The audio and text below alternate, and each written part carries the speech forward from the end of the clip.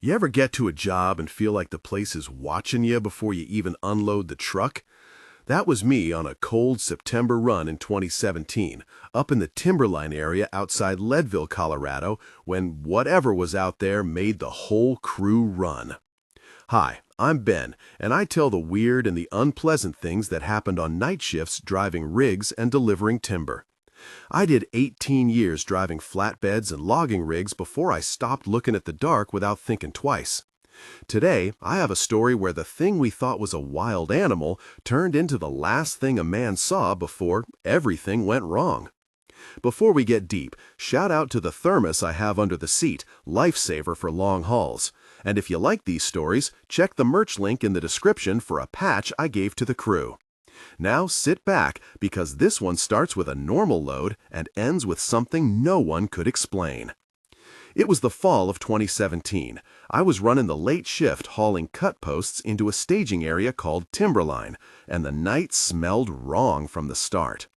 I worked for Northridge Transport then, day runs, night runs, whatever the boss Eddie threw at us. On that September, I was assigned to a dry van with a flatbed trailer bolted on for extras, because the company had taken an odd temporary contract with a small logging outfit up in the high tree line. My rig idled like an old dog, the diesel tick in and a little cough at idle, the cab smelling of stale coffee and leather.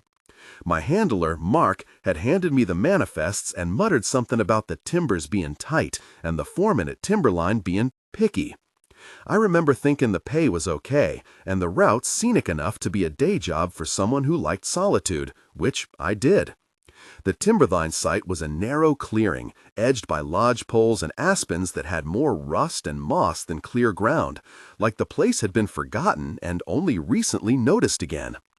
It was late enough that a lot of the crew we were replacing had gone home, but there were people there. A foreman named Hank, a deckhand called Rosa who smoked too close to the trailers, a lumber scaler named Javier who always wore a neon vest even at night, a mechanic named Claire who kept her hair in a greasy bun, and a kid we called Tommy who'd been on the crew for 6 months and kept asking stupid questions that were mostly harmless. Those names stuck with me because later I had to tell their names to people who mattered. The routine was simple. I backed the rig into the loading ramp under cheap floodlights that buzzed and flickered like they were about to give up. I locked the trailer latch, checked straps, swapped manifests, and went into the break room to sign the log. The break room was an old freight container with a heater that coughed and a single payphone nailed to the wall just in case. The air inside tasted like oil and burnt sugar. The heater hissed, and the cork table had coffee rings like constellations. I remember the sound of creaks from the trailers, the faint click of someone tightening a ratchet, and the distant thump of a chainsaw cooling down. It was routine. Then small things started to misbehave. A box of nails that suddenly smelled like mildew. Feathers stuck to a pallet of packing straw when we definitely had none. Odd little scratching that sounded like tiny claws against the inside of a crate. At first, it was the sort of thing you shrug off. Animals get into shipments. Rust on the old trailer panels whistles when the wind hits a certain way. But there were too many clicks and too many feathers. I had a short history with strange calls. When I was a kid, I lived on the edge of town, and a dog would follow me home sometimes. He was part wolf, maybe, or part something else, and everybody called him the Stray. Those nights taught me to listen for subtle things. The shape of a breathing pattern, the exact pitch of a limb hitting a porch step. I told myself my senses were just tuned by years of nights behind the wheel, because you learn to notice the difference between an idling truck and someone clearing their throat. Childhood gave me a suspicion of what lives in quiet places. Later, in my early 20s, I worked on a small sawmill with my uncle. I learned how grain moves through a conveyor, how the smell of fresh-cut pine sits in your clothes for days, and how men can be careless with safety when they are too tired or in a rush. I lost my father to an accident in that mill, a hydraulic failure that took him in a way that left no room for argument. That loss hardened me. I became precise with manifests, straps, and checklists. It made me obsessive about latches and chain of custody when something valuable changed hands. By the time I was hired at Northridge Transport, I had an eye for detail and a low tolerance for sloppy paperwork. Which is why later, when things got weird, I kept notes in my head and a list on a scrap of paper in my pocket. Presently, the present me carries scars. A long white mark on my forearm from a pry bar, and a twitch in the left knee from a fall in a loading yard. I tell these because they explain why I didn't run at the very first sound, why I stayed and looked when maybe I should have fled. The first direct contact happened around 2 in the morning. I had gone out to check The straps on a load, and the fog had rolled in sharp and thin, the kind that turns floodlights into hazy moons. I walked along the trailer, my boots sucking at the damp gravel, hearing diesel tick against metal, the cold hitting the exposed skin of my neck. The smell of pine was heavier than it had any right to be next to stacked lumber. I heard something brush the forest, like a long limb drawn along trunks, and then a heavy thud, as if something big put its paw on the ground and tested its weight. I called out, "Hello? Hank? You guys still here?" And a voice answered, low and rough, "Yeah, Ben, over by the staging lights." The exchange that followed included 8 sharp back-and-forth lines because it became a scene. I said, "You hear that? Sounded like a branch." Hank said, "Trees talk at night, Ben. Shake some logs, make it talk back." I said, No, not the trees, something else." Hank said, "You getting nervous? You've been on the road too long." I said, "Listen." Rosa muttered, "Sounds like a scrape, like metal on wood." Javier joked, "Maybe a raccoon with a crowbar," and Claire laughed, "Raccoon with ambition." Tommy, who always piped up, said, "Could be a bobcat." I said, "Bobcats don't make that kind of weight." Hank said, "All right, fall in, let's check the perimeter, bring flashers." The scene had 5 sensory notes, my breath steaming, the grit of gravel under my boots, the metallic taste of cold in my mouth, the sticky residue of diesel on my palms when I wiped them, and the way the floodlight made everything else sink into shadow. The conversation kept circling like a test. It was late, and the wind had the forest creaks echoing, and by the time we stepped off the truck, the scratching stopped. The silence tasted like metal, heavy and close. We split up to sweep the perimeter, and that is when I saw the first obvious wrongness. A trail of dragged leaves and broken twigs leading from the tree line straight toward the lower paddock. At first I thought it was a deer trail. Then I saw the imprint. It was not hoof nor paw, but a broad, deep gouge in the moss, like a hand had been dragged along the earth and left a smear. My stomach tightened. I could feel the blood run cold behind my eyes. I called out, "Hank, you seeing this?" He said, "Jesus." Up close, there were 4 sets of marks, deep claw-like scrapes, and a smear of dark that was too red to be sap. The air carried a copper tinge, and a smell that was not quite blood, but close enough to make my throat close. A feather stuck grotesquely to a strap of lumber, as if something large and winged had brushed past it, and the hair along the back of my neck stood up. My hands were numb when I touched the edge of the smear, and my glove came away tacky. The scene had 5 sensory impressions. The slick tackiness on my gloves, the metallic scent slicing the cold, the gritty soil under my boots, the rasp of dead pine needles as I shifted my weight, and the sudden silence that felt like someone pressing a palm over a speaker. Hank's face went pale under the brim of his cap. "Get everyone, bring light, and call Cole from the ranger station," I said. "Call who? You mean the sheriff?" Hank shook his head and said, "Ranger Cole handles Timberline up here. He's got a better read on animal stuff." That was the first time a proper procedure slipped into the scene. We secured the area, we marked the trail with flares, and we tried to follow the track without stepping over the smear. That moment was an inflection point. From then on, the night stopped being a routine load and became something else.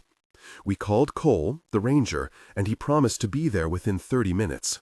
While we waited, the crew argued and did what workers do when confronted with danger. They fell back on tasks. Claire checked the rig for loose straps. Javier and Rosa tried to lift a crate to see if anything inside had shifted. Tommy kept peering into the tree line, as if the trees themselves might answer him. In that lull, a noise came from the woods that changed everything.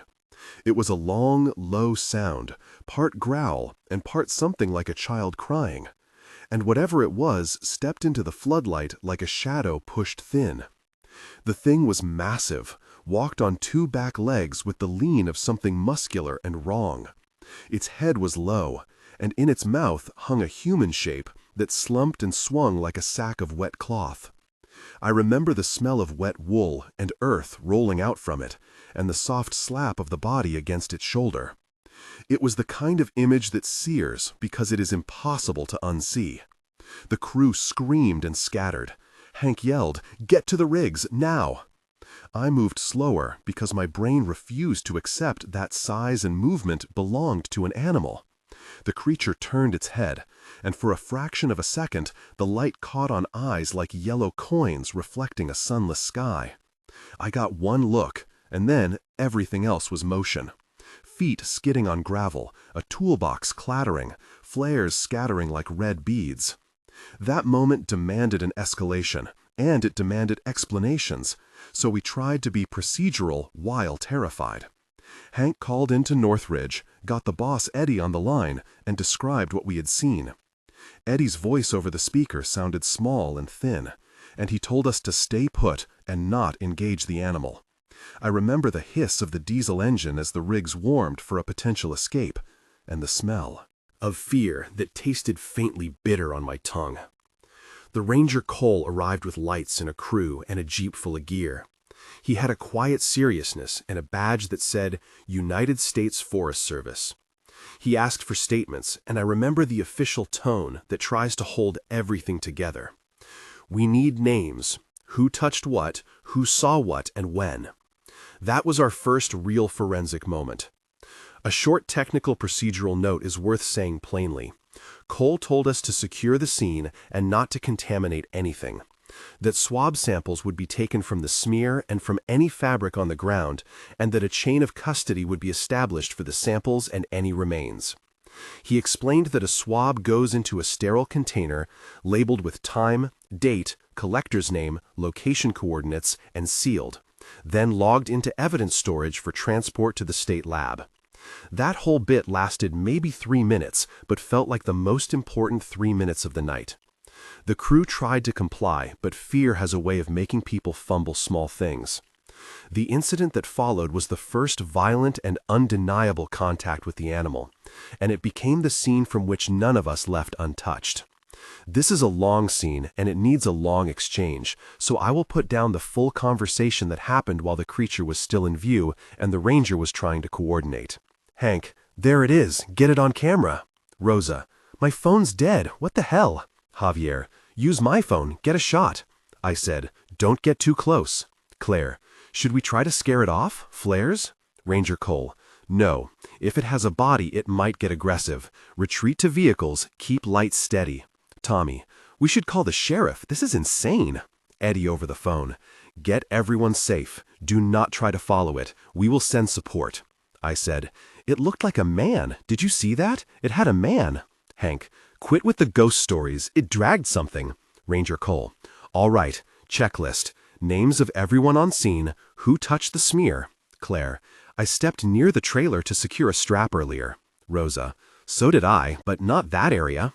Okay, don't touch anything else. Take notes. We'll get a perimeter. The conversation had that many exchanges because we were all trying to process it, and each line carried a sensory layer.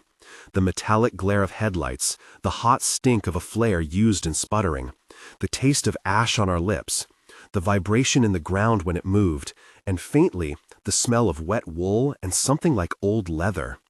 The ranger's radio chatter came in staccato bursts, and for a second I thought he sounded almost hopeful, and then he didn't. Then things tipped. The creature left the staging area in a direction away from the road, hauling the body with a sick, wet sound.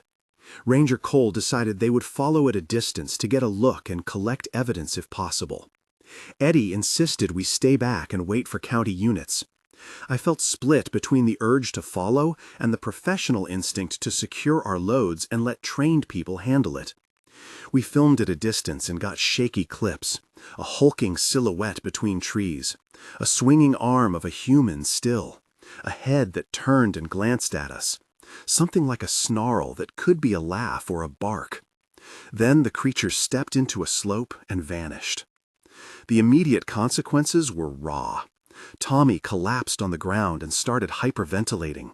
Rosa sat on an upturned crate and shook. Claire swore loudly in a way I've never heard her use before, and Javier just stared at his hands. That night we had to decide what to do about the body and about work. Eddie texted, "Money will be sent. Do not leave the site. Stay until cleared." Some of the guys, like Hank and Javier, wanted to get paid and get the hell out. Others, like Claire and Rosa, looked like they wanted to call it quits for good. The debate turned ugly, voices raised, accusations that someone staged something to get out of a run. And I remember the metallic tang of anger mixing with fear like oil on water. We made choices under pressure. Hank wanted to stay and wait for the sheriff because he'd been in the business too long to walk away. I later learned that sometimes companies prefer to contain incidents because losing a load costs money and losing reputation costs more. There's a moral thing in that decision. We had people shaken and one person missing, but the lights in the staging yard were still bright enough to work in, and the rig needed to be secured. In the middle of arguing, a new voice cut through. The county sheriff, Miller, arrived in a big cruiser with lights low. Not the flashing, panicked type, but the serious, slow kind. He introduced himself, asked questions, and then asked for patience while he coordinated a search with the ranger. He also took statements. The social tension was thick. Some wanted to leave, some wanted pay, some wanted justice. Eddie kept repeating under his breath, "Insurance, insurance," like a prayer. Conversations in this block had the technical note about procedure I promised earlier. The sheriff asked for chain of custody forms filled, names and times for anyone who might have touched the area, and he ordered the crew not to move the rigs unless absolutely necessary. He asked if anyone had brought a camera with GPS tagging to link timestamps, and Javier fumbled with his phone, saying, "I do, it logs location." That was important later because footage and timestamps became evidence. The immediate consequence was that the company left some workload to us. They asked us not to tell the public and to be available for interviews later. That made our choice morally complicated in the days that followed. After everyone calmed a little and the sheriff set up a small command by the break room, Ranger Cole and 2 deputies went in with thermal scopes and a tracker with a dog. The trackers were supposed to find the trail. They found prints not quite human and not quite canine, deep with long drag marks and occasional toe impressions splayed wide like a large hand. That discovery pushed the story into a place where it could not be denied as simple animal or a setup. The sheriff asked me what I had seen directly, and I told them what I had told Hank, which included the way the creature walked, the yellow eyes, the way it had carried the body. The image of a creature dragged into the Timberline forest could have been shrugged off as a bear or a wolf, but the prints and the dragging pattern did not fit. The tracker, a man named Coley, called it an anomalous track pattern, and the dog refused to go beyond a certain point as if it smelt a presence that dissuaded it. That reeked of something unnatural, and it affected the group. People started whispering about legends. Someone mentioned old logging myths, a dogman, a thing half wolf, half man that comes down in the high country to take sick or dying men. That suggestion spread like wildfire. Some of the men laughed and made jokes to cover their fear. Tommy said, "My cousin swore he saw something like that when he was drunk in the canyon." Rosa said, "My grandma told me stories. She said don't go out after dark near the ridge." Claire rolled her eyes, but kept a hand on her phone, ready to call out if needed. The social consequence of mixing old superstition with modern procedure made everyone edgy.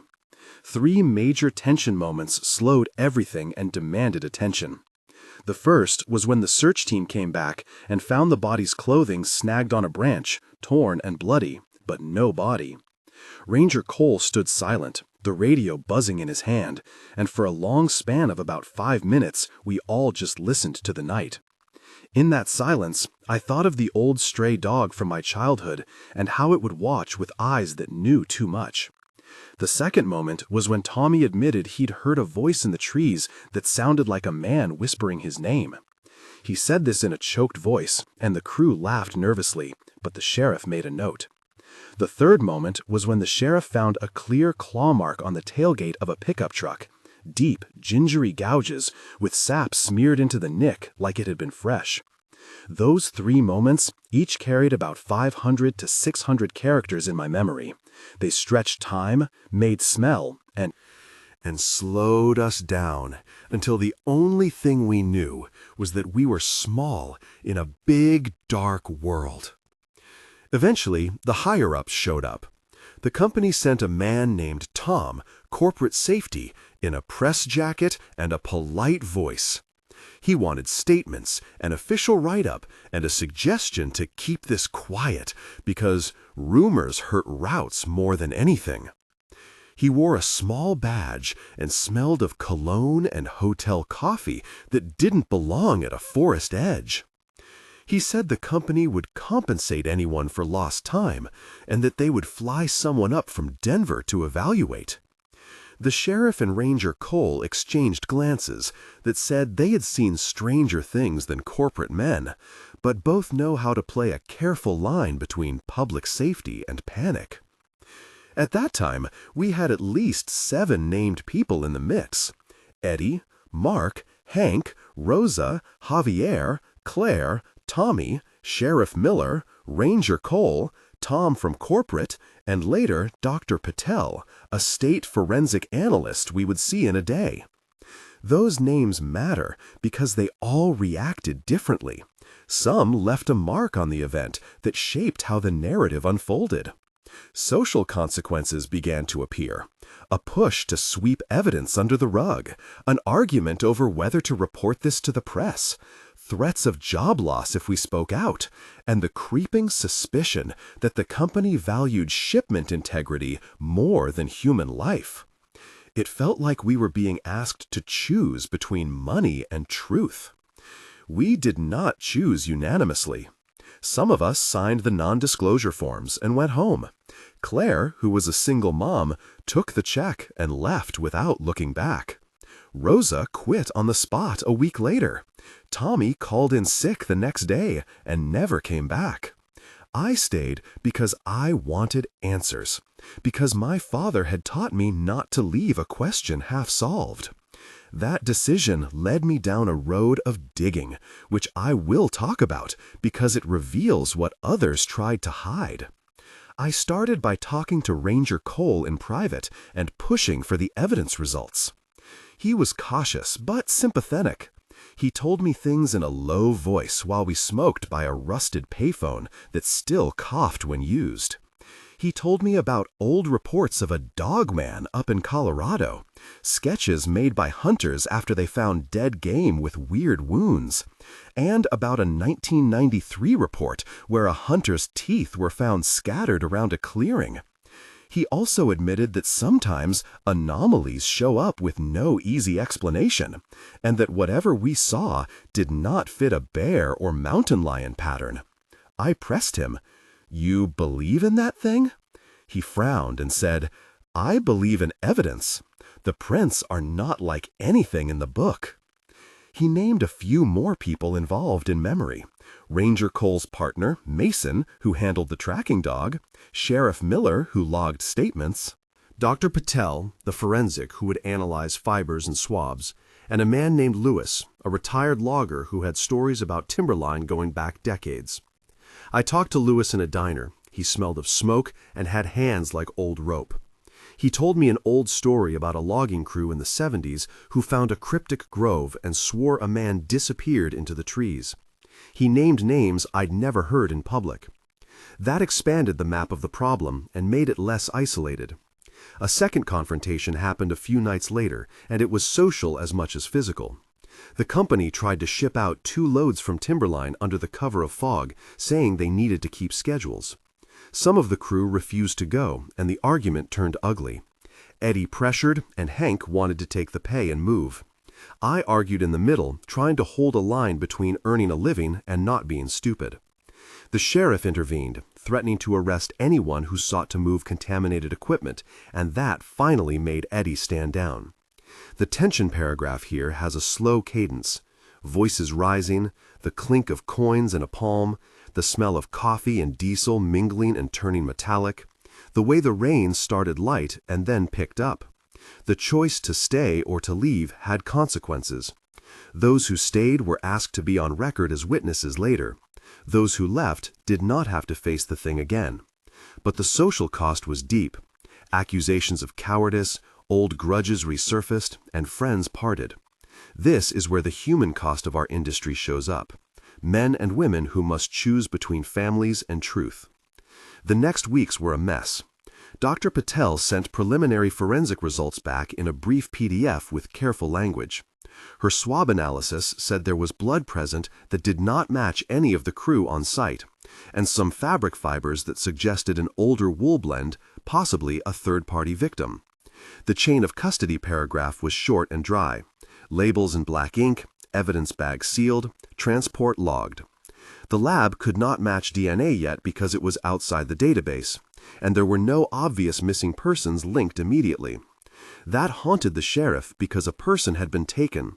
No body, no immediate ID, only fragments of clothing and a smear. The ramifications were bureaucratic. Missing persons reports filed, a coroner alerted if remains turn up, and a press release to be handled delicately. The company sent a temp public relations man, Rob, who told us to avoid speculation and let the professionals handle it. That felt like a containment plan for stories rather than an attempt to solve things. People kept talking about the Dogman. Lewis, the retired logger, took me into the woods and showed me something he called an old marker, notched into a tree like an old boundary line. He said his grandfather had claimed the high ridges belonged to something that would take what wandered too close at night. He told stories about a pack of hunters who once chased a huge wolf-like creature and found their cabin door ripped off from the outside and drag marks leading into a frozen stream. He wasn't a young man telling tall tales. His voice was steady and his eyes bored a hole through the night. I left him feeling like we had crossed the line into folklore, but the prints and the gouges kept fresh in my mind. The deeper I dug, the more names appeared. Lewis, Dr. Patel, Ranger Mason, Sheriff Miller, Rob from PR, Eddie and Tom from the company, and old-timer Eli, who had a cabin on the upper ridge and claimed to hung a horseshoe in his window to ward things off. That list swelled to 8 or 9 people, each with their own recollection and their own agenda. A second major tension moment happened when someone found fresh markings on our trailer one morning. They were claw marks deeper and closer together than before, and something like a smearing of dark on a strap that could be blood or oil. The crew called a meeting, and someone suggested we strike a deal with the company to stop running loads at night up there. Eddie got defensive and showed up with a thin contract amendment and a check. People argued about money and safety and finally agreed to a temporary suspension of loads until the state could review. That was both a relief and a wound. Relief because we were not out in the dark, wound because life depends on runs and missing work hurts. I felt torn because truth is one thing and survival another. 3 months after the incident, the official line was ambiguous. The county had issued a release noting anomalous animal behavior and asking the public to avoid the Timberline area at night. Ranger Cole and Sheriff Miller closed the immediate site and installed more signage. The state lab had some inconclusive results. Hair samples suggested a canid-like creature with unusual keratin composition, not matching known wildlife. They suggested further analysis and urged caution. The press picked up a sanitized version. Rumors spread online. People made videos. There were conspiracy boards and hunters with shaky footage. The crew fractured. Some left, some took the quiet money, some stayed and told tales at the diner. I kept asking questions and peering into the dark. One night, about 3 months after the first incident, I returned to the Timberline staging area alone, because compulsion is stupid that way. I drove my old pickup up the service road and parked under a pale sky. The spot still had a small plastic ribbon tied to a fence post where the sheriff had marked evidence. I sat in the cab for a long time and breathed. The air smelled old there, like damp earth and moss and Gasoline. I walked the edge where the first smear had been found, and I found new marks. They were shallow but unmistakable, like someone had dragged a heavy foot and then taken 2 smaller steps as if balancing something large. I heard the distant creak of a branch, the click of something small shifting in the leaf litter, and then a sound that made my whole chest hollow out. Low scraping, like a fingernail on soft wood, a noise not quite animal. I was alone, and my phone was dead. I felt suddenly foolish for being there, and then foolish for wanting to leave, because whatever it was had taught me a lesson. Curiosity is rarely punished gently. I left with a small scrap of fabric I found snagged on a thorn. The sample later proved to be a vintage wool blend similar to a retired forest worker's jacket. It linked to an old, unresolved missing person from 2002, but not conclusively. That discovery invited more questions than answers. By 6 months, the social consequences had multiplied. North Ridge changed policies, adding more secure drop sites and banning night runs to Timberline until further notice. Eddie took a demotion, and some people were let go. Claire had moved to a different state. Rosa ran a small cleaning business and called me sometimes to tell me about feathers she found in her yard that she swore linked to that night. Tommy was out of touch. The press had a small feature story about unusual wildlife behavior in high-altitude logging areas. Ranger Cole made a formal note in his logs about anomalous track patterns and unusual predator behavior. Dr. Patel published a careful note suggesting the keratin samples might come from a hybrid or an unknown adaptation. The chain of custody held in court if it had ever needed it, because we had followed the sheriff's orders and sealed the evidence correctly. The bureaucratic resolution felt unsatisfying, though, because there was no arrest and no body, and the narrative ended in paperwork rather than answers. The last confrontation I will describe happened 6 months after the first sighting, and it was a social confrontation that left the community altered forever. A group of hunters came up, more organized than the first crew, with bright suits, rifles, and cameras. They expected a trophy of myth. They found a patch of trees where dozens of feathers had been placed on stakes like an altar, and signs nailed to those stakes warning hunters away. They were angry and left threatening to hunt down the pranksters. Tension erupted, and someone vandalized the signs. The community split further between those who wanted to memorialize the night and those who wanted to chase a story that would bring them clicks and paychecks. I argued with a man named Lewis in the diner about respect. The argument escalated, and half the town watched, sipping coffee as if the conflict was just another day. In the aftermath, the sheriff instituted stricter patrols and cautioned against vigilante behavior. The social fabric showed cracks that would not easily be mended. There are procedural things worth stating because they matter to anyone checking facts. The Sheriff's Department created reports with timestamps and GPS waypoints, photographed the scene extensively, and requested additional aerial thermal scans from the state. The Forest Service logged perimeter posts and installed a temporary camera on a pole aimed at the route the creature had used. Dr. Patel's team performed swabs using sterile rayon swabs, placed them into labeled vials, recorded chain of custody forms with collector names and times, and shipped the samples in controlled, refrigerated conditions to the state lab for PCR analysis. Those technical steps took about 3 weeks to produce preliminary results and months to analyze fully. They are the backbone of any claim that moves from rumor to investigation. The lab's language was careful. Results suggested an unknown keratin profile and blood that did not match any local records. That is as close to science as the story ever got publicly. The epilogue unfolded over months in 3 clear checkpoints. 1 month after the main event, 3 months, and 6 months. 1 month later, things had calmed in a superficial way. We had a meeting with the company and the sheriff where we were told to document any unusual and to avoid the area at dusk. Those of us who remained were paranoid at first. I started carrying a small flare gun in the cab and a cheap handheld radio. I kept noticing small things. A feather stuck to the step of my trailer, a smear of pine sap shaped like a handprint. I could not sleep, and I kept waking with nightmares of yellow eyes and a man hanging like wet laundry. I thought about the man who had been taken, the idea of someone still out there in the records as missing, and it made me angry. I pushed for no nonsense. I filed my own notes, kept records, and checked in with Ranger Cole at irregular times. He told me, people forget, but the forest remembers. I wasn't sure if that was meant to reassure or warn. Around that month mark, the crew split into those seeking numbers and those seeking closure. I started a small notebook of observations because I wanted a paper trail independent of the company. 3 months after, the narrative had mutated into rumor and reported science. The state lab had released a guarded statement about unusual keratin results and called for more samples. The press had done the soft human interest piece with a grainy handheld clip of a silhouette. The community had a memorial with a small plaque that read, in a deliberate hand, "In memory of the man who went missing at Timberline." A handful of locals came to the dedication and said prayers. The company installed extra lighting and moved to day-only runs for the winter.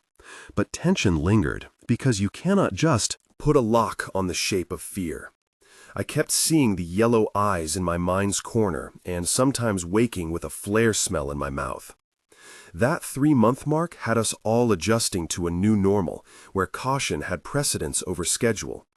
We were more likely to check our phones, to double-bolt latches, and to check for stray feathers. 6 months after, the last organized response had quieted down. The sheriff closed the formal investigation for lack of conclusive evidence tying the event to a human perpetrator, and the state archived the files with a note that said further work was required if new evidence surfaced. Ranger Cole left Timberline to accept a promotion, and Mason the Tracker moved to a district with fewer odd reports. I kept a small piece of the torn wool in a zip bag, not because I believed it would solve anything, but because I wanted a talisman against forgetting. The company rehired a half-dozen drivers, but moved the route inland. The place still carried a residual hush, and people who knew would not take their dogs up there after dusk. I had to sign papers to receive a small settlement because I was considered witness and part of a class action over hazardous working conditions, but the money never made the night less real. I left the company a few years later for something with less night work. The Timberline runs stopped being my route.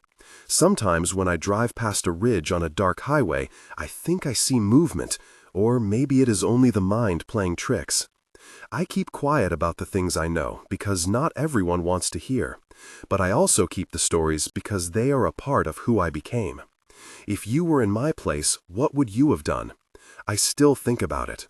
Start your comment with "I would open" or "I would run" and tell me why, because reading your takes helps me gauge if I acted right or selfish. If you want to share something similar, put your location and shift in the comment. Keep it short and start with "I would open" or "I would run" so others can jump in. I read them and I collect the best ones in a pinned doc for future episodes. It helps build a community that understands night work and strange things. And now, back to the point of what happened next. A handful of witnesses came forward anonymously in the months after, saying they had seen a large, upright creature in the Timberline folding a body into the roots of a fallen spruce. One woman swore it had a human face but furred, eyes sad and old. Another hunter said he saw the creature drink from a creek as if tasting the body. County records later noted a few more similar incidents along high ridges, and a veteran searcher named Lewis told me privately, "This isn't the first time the mountain decided to take someone." The pattern of these accounts made the case for some unknown predator, or perhaps a myth with teeth, stronger. We had no way to prove anything beyond the physical evidence: claw marks, fabric, smears. The rest relied on human memory, shaky video, and a sense that the wild sometimes expects payment. People asked if I blamed the company or the forest. I blamed both and neither. The company for pressuring us into keeping the runs. The forest for being an old place that pays no mind to our schedules. The sheriff did his job with the limits he had. Ranger Cole did the best he could. Dr. Patel fought for more samples. No one in authority could say with certainty what the creature was. That ambiguity is important. It means you can believe the official lines, or you can believe the stories. But either way, people live with the consequences of that belief. I kept a mental ledger of who left, who stayed, who lied, and who tried to make sense. That ledger will follow me to the next job and the one after. If there is a lesson in all this, maybe it is that the night has layers, and sometimes we peel back a layer we cannot replace. If you work nights, check your latch, lock your trailer, keep your phone charged, and never assume a sound is harmless. Practical advice: if you find a smear or anomalous track, mark it, photograph it with a device that logs GPS and time, and do not touch it. Call the ranger, call the sheriff, and keep a record. Those actions help make sure the evidence has value and does not get lost. And if you see eyes in the dark, do not assume they belong to an animal you recognize. Bear in mind that in Timberline, the things people used to chalk up to wolves now get new names. I closed my chapter with Timberline a long time ago, but I still pass by once in a while, just to look. The cliffside glows in late summer sun in a way that makes you think it is beautiful, and it is, until you remember the smell of wet wool and the way a body slumped over a shoulder looks in moonlight. I keep the scrap of wool in a small tin in my glove box. I do not wear it or show it. It is simply there. If anything, the event taught me to be more careful and to respect the dark. The world is older than our schedules, and sometimes demands a toll that paperwork will not cover. If you liked this account, subscribe and share, because there are more stories and they need listeners. And if you ever find a feather nailed to a stake up on a ridge, do not dismiss it as superstition. Remember this: whatever dragged that man into the Timberline was larger than the stories we tell, and like most things in the dark, it wanted to be left alone. If there is a final line to leave you with, it is this: if something out there asks for space, give it the space it wants, because I paid a price for curiosity, and I would not want you to.